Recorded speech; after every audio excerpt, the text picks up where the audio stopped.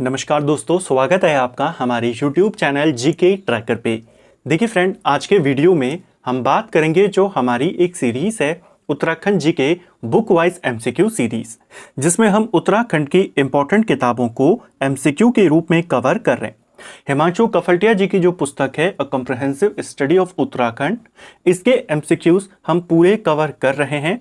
उत्तराखंड के जनसंख्या वाले जनगणना वाले टॉपिक में हम एंटर कर चुके थे। लास्ट वीडियो में हमने जनसंख्या से जुड़े सवालों को देखा। आज हम बचे हुए सवालों को देखेंगे और इसके बाद पलायन आयोग की जो लेटेस्ट रिपोर्ट है अगस्त 2025 तक की जो स्थिति है उसके आंकड़ों को भी इसी वीडियो में कवर कर जाएंगे। अगर आपने हमारी इससे पहले की क्लासेस को नहीं देखा है तो आप उनको प्लेलिस्ट के माध्यम से देख सकते हैं। ये हमारी इस सीरीज की 29वीं क्लास है। तो चलिए आज की वीडियो शुरू करते हैं। आज का हमारा पहला सवाल है, 2011 की जनगणना के अनुसार उत्तराखंड के ग्रामीण एवं शहरी क्षेत्रों के लिंग अनुपात और बाल लिंग अनुपात का सही युग्म कौन सा है। यानी आपसे उत्तराखंड में ग्रामीण में जो लिंग अनुपात है दोनों का बताना है, ग्रामीण और शहरों में, और साथ में बाल लिंग अनुपात भी बताना है, दोनों में, ग्रामीण और शहरों में। तो 2011 की जनगणना के अनुसार ग्रामीण इलाकों में जो लिंग अनुपात है वो 1000 के करीब था, शहरी इलाकों में ये 884 था, ग्रामीण इलाकों में बाल लिंग अनुपात 899 और शहरी इलाकों में 868। यानी ऑप्शन ए आपका सही आंसर होगा। ठीक है। उत्तराखंड में सर्वाधिक शिशु लिंग अनुपात और न्यूनतम शिशु लिंग अनुपात वाले जिले क्रमशः कौन से हैं। तो उत्तराखंड में सबसे ज्यादा शिशु लिंग अनुपात यानी बाल लिंग अनुपात जो है वो था किस जनपद में? अल्मोड़ा जनपद में। अल्मोड़ा में शिशु लिंग अनुपात लगभग 922 है, जो उत्तराखंड में सबसे ज्यादा है। उत्तराखंड का औसत शिशु लिंग अनुपात कितना है? 890। और सबसे कम शिशु लिंग अनुपात कहाँ है? वो पिथौरागढ़ के अंदर है। पिथौरागढ़ का शिशु लिंग अनुपात लगभग 816 है। ठीक है, जो यहाँ पे सबसे कम है। अगला, उत्तराखंड के शहरी और ग्रामीण क्षेत्रों की साक्षरता दर 2011 में क्रमशः कितनी दर्ज की गई। साक्षरता दर के बारे में आपको पता है उत्तराखंड की कितनी रही, महिलाओं की कितनी, पुरुषों की कितनी। यहाँ पे ग्रामीण में बताना है। तो ग्रामीण में साक्षरता दर हमारी कितनी रही थी? ग्रामीण में रही थी 76.71%, शहरों में रही थी 84.45%। ऑप्शन बी हमारा सही आंसर होगा। उत्तराखंड में शहरी जनसंख्या जो साक्षरता है वो कितनी है? 84.45% और ग्रामीण में 76%। उत्तराखंड के जिलों में सर्वाधिक बाल जनसंख्या वाले शीर्ष 3 जिले कौन से हैं? ऊपर हमने बाल लिंग अनुपात वाले जनपद की बात करी थी। यहाँ पे सबसे ज्यादा बाल जो रहते हैं, बाल जनसंख्या है वो कहाँ पे निवास करती है? उत्तराखंड की जनसंख्या लगभग 1 करोड़ के करीब है और इस 1 करोड़ की जनसंख्या में लगभग 13.44% के करीब हमारी बाल जनसंख्या है। और सबसे ज्यादा बाल जनसंख्या निवास करती है हरिद्वार में, उसके बाद उधम सिंह नगर और फिर देहरादून। तो टॉप 3 जिले बाल जनसंख्या में कौन कौन है? सबसे ऊपर हरिद्वार, फिर उधम सिंह नगर और फिर देहरादून। ठीक है। 0 से 6 वर्ष आयु वर्ग में सर्वाधिक बाल जनसंख्या और न्यूनतम बाल जनसंख्या वाले जिले कौन से हैं? तो सबसे ज्यादा बाल जनसंख्या तो आप जानते हैं हरिद्वार के अंदर है और सबसे कम है रुद्रप्रयाग में। हमने टॉप 3 भी देखा और आपने इनको भी याद करना है। सबसे कम रुद्रप्रयाग में, रुद्रप्रयाग के बाद बागेश्वर और फिर चंपावत। ठीक है। उत्तराखंड की कुल आबादी में कामकाजी या कार्यशील आयु वर्ग जो 15 से 59 वर्ष के मध्य माना जाता है, ये लोगों का प्रतिशत कितना है? तो उत्तराखंड की पूरी जनसंख्या में जो कामकाजी जनसंख्या है, जो कार्यशील आयु वर्ग है 15 से 59, इसमें आती है हमारी लगभग 41.9% जनसंख्या।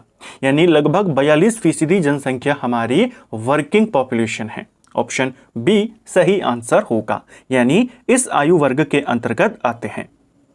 ग्रामीण शहरी जनसांख्यिकी एवं आयु संरचना के प्रमुख आंकड़ों का सही मिलान करें।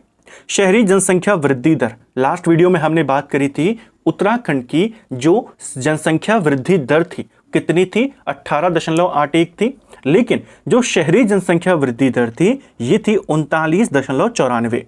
पहले का 1 होगा। ग्रामीण लिंग अनुपात 1000 है शहरी लिंग अनुपात की बात करेंगे तो 868 हो जाएगा। ऊपर हमने बात करी थी कि ग्रामीण लिंग अनुपात कितना है, 1000, शहरी लिंग अनुपात 884, ग्रामीण बाल लिंग अनुपात 899 और शहरों में 868। तो यहाँ पे ग्रामीण लिंग अनुपात पूछा है जो 1001 है और शहरी बाल लिंग अनुपात पूछा है जो 868 है। सही है। कामकाजी आयु वर्ग जो कि 15 से 59 वर्ष के मध्य में आते हैं 41.9%, ये भी सही है। यहां पर आपको सही मिलान करना था, सभी के सभी सही यहां पे मिले हुए हैं। ठीक है। जनगणना 2011 के अनुसार उत्तराखंड की कुल जनसंख्या में 0 से 6 वर्ष के बच्चों तथा कार्यशील आयु वर्ग का प्रतिशत क्रमशः कितना है? तो उत्तराखंड में बाल जनसंख्या लगभग कितनी है? तो अभी मैंने आपको पर कहा था 13.44% के करीब है, तो यहां पर इसे थोड़ा सा करेक्ट करना 13.44 ये होगा।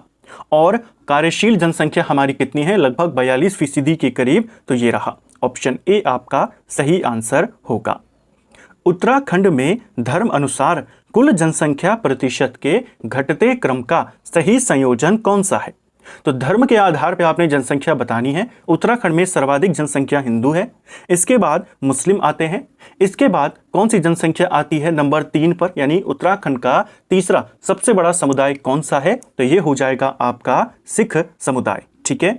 तो यहां पर आपका आंसर क्या बनेगा? अगर आप देखेंगे हिंदू मुस्लिम सब में दिया हुआ है, यहां पर जैन ईसाई सिख बौद्ध दिया है, सिख सबसे ज्यादा है तीसरे नंबर पे। इसका आंसर यानी ऑप्शन सी हो जाएगा।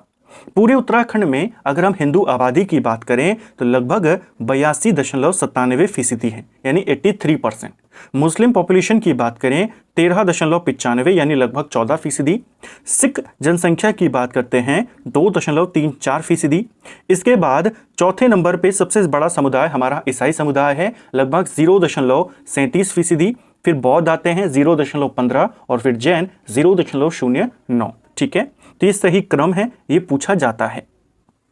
पर्वतीय क्षेत्रों से पुरुषों के रोजगार हेतु बाहर जाने और घर पर धन भेजने के कारण उत्तराखंड की पारंपरिक अर्थव्यवस्था को किस नाम से जाना जाता था?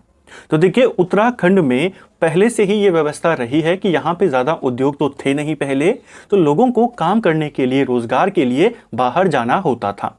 बाहर वे जाते थे लेकिन उनके परिवार यहीं पे रहते थे, तो बाहर से वो पैसे कमा के यहाँ पर भेजते थे और वही राज्य की आय का एक इंपॉर्टेंट सोर्स भी होता था। उसी से उत्तराखंड की अर्थव्यवस्था भी चलती थी। इस प्रकार की अर्थव्यवस्था को कहा जाता है मनी ऑर्डर इकोनॉमी, यानी मनी ऑर्डर अर्थव्यवस्था। ठीक है। उत्तराखंड की अर्थव्यवस्था पहले इसी प्रकार की थी क्योंकि यहाँ पर ज्यादा साधन थे नहीं। तो शुरुआत में उत्तराखंड की अर्थव्यवस्था किस प्रकार की थी? मनी ऑर्डर अर्थव्यवस्था। ठीक है। पलायन आयोग की रिपोर्ट के अनुसार 2011 से 2018 के मध्य उत्तराखंड में कुल कितने गांव निर्जन या भूतः गांव हो गए थे?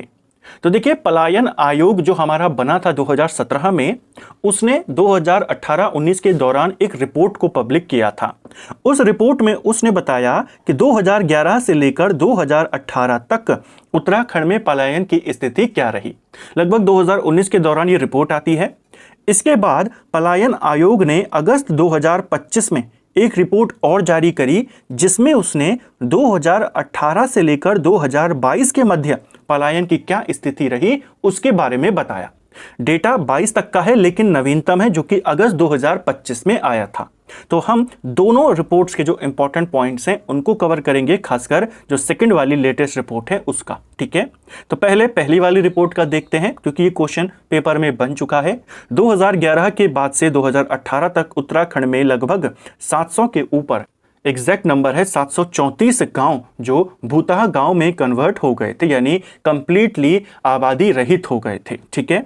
इन 734 में से सबसे ज्यादा जो गांव खाली हुए वो हुए पौड़ी के अंदर लगभग 186 और सबसे कम देहरादून में हुए मात्र 7 गांव। ठीक है।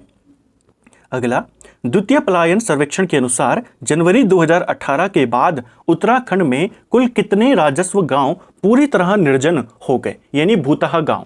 अब ये लेटेस्ट डेटा है तो इसको आपने याद करना है। 2011 से 18 के मध्य में 734 हुए, लेकिन 18 से लेकर के 22 तक की अगर हम बात करते हैं क्योंकि उसमें इसी अवधि का डेटा है, 25 में ये रिपोर्ट आई है अगस्त में, तो इसमें 2018 के बाद से लगभग 24 गांव उत्तराखंड में निर्जन हुए, मात्र 24 गांव। ठीक है। इन 24 गांव में सबसे ज़्यादा गांव किस जनपद के हैं, ये सवाल बन सकता है। तो जनवरी 2018 के बाद निर्जन हुए कुल 24 गांव में सबसे ज़्यादा 9 गांव जो हैं ये किस जनपद के हैं, टिहरी गढ़वाल के हैं। ठीक है। सबसे कम की बात करें तो अल्मोड़ा और चमोली आते हैं, जहां पे 2-2 गांव पूरी तरीके से खाली हो गए। ठीक है। द्वितीय पलायन सर्वेक्षण 2022 के अनुसार उत्तराखंड के ग्रामीणों की आय के विभिन्न साधनों का सही राज्य औसत क्या है, यानी यहाँ पे जो ग्रामीण निवास करते हैं उनकी आय का मुख्य साधन क्या है। तो उनकी आय का मुख्य साधन में सबसे पहला और सबसे बड़ा हिस्सा है कृषि, बागवानी और पशुपालन। यानी जो हमारी ग्रामीण आबादी यहाँ पे रहती है उनकी 45% की जो आय होती है वो कृषि को लेकर, बागवानी को लेकर या पशुपालन को लेकर होती है। दूसरा सबसे बड़ा स्रोत जो है इनकम का वो मनरेगा है, लगभग 22% के साथ। तीसरा सबसे बड़ा सोर्स जो है इनकम का यहाँ के ग्रामीण इलाकों में लगभग 16% वो मजदूरी है। चौथा सबसे बड़ा स्रोत जो है वो स्वरोजगार है और पांचवा सबसे बड़े स्रोत के रूप में सरकारी नौकरी आती है उत्तराखंड में। ठीक है। तो ये क्वेश्चन क्रम लगाने के लिए आ सकता है कि पलायन रिपोर्ट के अनुसार जो 2022 तक का डेटा है, 25 में जो आई है, उत्तराखंड के ग्रामीण इलाकों में आय के सबसे प्रमुख स्रोतों का सही क्रम लगाइए। तो कृषि अभी भी पहले पर है, दूसरे नंबर पे सबसे इंपॉर्टेंट है मनरेगा, ये दूसरे नंबर पे आता है। ठीक है। वर्ष 2022 की रिपोर्ट के अनुसार आय के साधन के रूप में मनरेगा पर सबसे अधिक निर्भरता किस जिले के ग्रामीणों की है। तो मनरेगा ओवरऑल दूसरे सबसे इंपॉर्टेंट सोर्स के रूप में है इनकम का। तो इनकम उत्तराखंड के ग्रामीण इलाकों में इनकम के दूसरे बड़े सोर्स के रूप में जाना जाता है मनरेगा। मनरेगा में भी कौन सा जनपद है जो मनरेगा पर ज़्यादा डिपेंड है? मनरेगा सबसे ज़्यादा या मनरेगा के ऊपर सबसे ज़्यादा पौड़ी के जो लोग हैं, ग्रामीण जो लोग हैं, वो इस पर ज़्यादा निर्भर हैं। ऑप्शन ए आपका सही आंसर होगा। पौड़ी के ग्रामीण के लगभग 39% मनरेगा पर आधारित हैं और बाकी में नंबर 2 पर टिहरी गढ़वाल आता है, जहां पर लगभग 34% है। ठीक है। वर्ष 2018 के बाद सर्वाधिक अस्थायी पलायन तथा न्यूनतम अस्थायी पलायन वाले जिले क्रमशः कौन से हैं?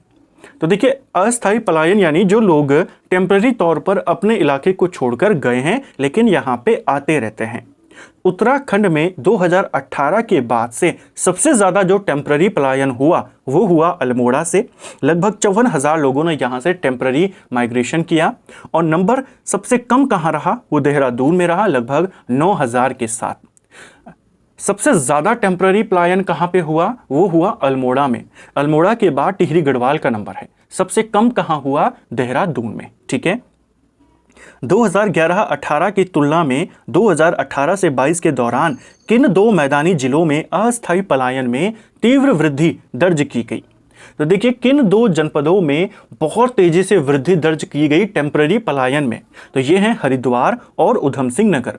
2011 से 18 के दौरान हरिद्वार में लगभग 8100 लोगों ने टेम्पररी पलायन किया था और उधम सिंह नगर से लगभग 6000 लोगों ने पलायन किया था। लेकिन 2018 से 22 के दौरान ये आंकड़ा लगभग 3 गुना हो गया। हरिद्वार से लगभग 28,000 के करीब और उधम सिंह नगर से लगभग 19,500 के करीब ने पलायन किया, टेम्पररी पलायन। तो सबसे ज़्यादा कहाँ वृद्धि हुई? इन 2 जनपदों में। वर्ष 2018 के बाद सर्वाधिक स्थायी पलायन और न्यूनतम स्थायी पलायन वाले जिले कौन से हैं? अब परमानेंट माइग्रेशन वाले जनपद। तो सबसे ज़्यादा परमानेंट जो पलायन हुआ अल्मोड़ा से ही हुआ। लगभग 6,000 के करीब लोग टेम्पररी नहीं, परमानेंट तौर पर अल्मोड़ा छोड़कर चले गए। और सबसे कम जो स्थायी पलायन हुआ वो उधम सिंह नगर से हुआ, मात्र 82। ठीक है। तो सबसे ज़्यादा परमानेंट पलायन अल्मोड़ा से हुआ है, सबसे कम उधम सिंह नगर से हुआ है, सबसे ज़्यादा में दूसरे नंबर पे टिहरी गढ़वाल है, तीसरे नंबर पर पौड़ी है। तो टेम्पररी पलायन हमने देखा, हमने परमानेंट पलायन भी यहाँ पे देखा। ठीक है।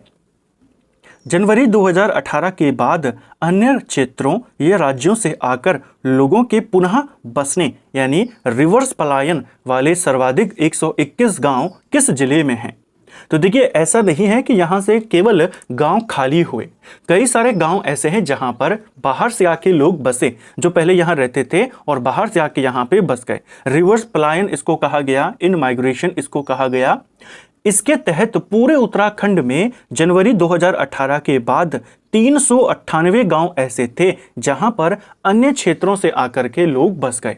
इन 398 में से सबसे ज्यादा नैनीताल रहा नंबर 1 पे, जहां पे 121 गांव में आकर के लोग बसे। नैनीताल के बाद देहरादून रहा जहां पर 101 गांव में आके लोग बसे, और फिर उधम सिंह नगर 86 गांव के साथ। सबसे कम चमोली का रहा जहां केवल 1 गांव बाहर के लोग जहां पे आए रिवर्स पलायन के माध्यम से और निवास किए। राज्य से बाहर होने वाले पलायन का सर्वाधिक प्रतिशत किस जनपद में दर्ज किया गया? तो राज्य से बाहर जाने वाले, देखिए राज्य से जब लोगों ने पलायन किया तो अलग अलग जगहों पर लोग गए। लोग देश के बाहर भी गए, लोग दूसरे राज्यों में भी गए, लोग दूसरे जनपदों में भी गए। यहां पर पूछा है जो लोग राज्य से बाहर चले गए, तो दूसरे राज्यों में जाने वाले लोगों का जो सबसे ज्यादा परसेंटेज रहा वो अल्मोड़ा से ही रहा। तो टेम्पररी पलायन में भी अल्मोड़ा नंबर 1 रहा, परमानेंट में भी अल्मोड़ा नंबर 1 रहा। दूसरे राज्यों में जाने वाले लोग जो थे उनमें भी अल्मोड़ा नंबर 1 पे रहा। उत्तराखंड में जो सबसे ज्यादा लोग थे जो अलग अलग जगहों पर गए, उनमें से लगभग 36% जो थे वो अगल बगल के कस्बों में चले गए। जैसे कोई मान लीजिए पौड़ी गढ़वाल के दूरस्थ के इलाकों में रहता है तो वो पौड़ी या श्रीनगर के नजदीक के इलाकों में आ गया। कुछ लोग ऐसे थे जो राज्य के दूसरे जिलों में चले गए, पौड़ी छोड़ के जैसे चमोली में चले गए, उनका परसेंटेज है लगभग 23%। कुछ लोग राज्य से बाहर चले गए, उनका परसेंटेज है लगभग 22%। 22% लोगों ने उत्तराखंड को छोड़ा। उनमें सबसे ज्यादा कहां है? वो है अल्मोड़ा, जहां से लगभग 38% लोगों ने बाहर, राज्य के बाहर पलायन किया। तो इसको भी आपने याद करना है, ठीक है। पलायन से जुड़े कुछ और इंपॉर्टेंट तथ्य हैं, उन्हें हम अगली क्लास में यहां पे कवर करेंगे। तो फ्रेंड्स, ये था हमारा आज का वीडियो जिसमें हमने उत्तराखंड की जनसंख्या को लेकर के, उत्तराखंड में पलायन को लेकर के, और जो लेटेस्ट पलायन रिपोर्ट थी अगस्त 2025 की, उसके आंकड़ों को यहाँ पे देखा। जो लेटेस्ट वाली रिपोर्ट है इसको मैं टेलीग्राम चैनल पर भी अपलोड कर दूंगा, वहां से आप पूरी रिपोर्ट को भी देख सकते हैं। हालांकि उसके पूरे एमसीक्यू हमने इस सीरीज में कवर कर लेंगे। आधे हमने आज कर लिए, आधे हम अगली क्लास में कवर कर जाएंगे। उम्मीद करता हूं आपको आज का वीडियो पसंद आया होगा। अगर आपको ये वीडियो पसंद आई है तो वीडियो को लाइक करें, चैनल पर नए हैं चैनल को सब्सक्राइब करें, अपने दोस्तों के साथ शेयर करें। वीडियो आपको कैसा लगा कमेंट बॉक्स में हमें ज़रूर बताएं। Thank you friends.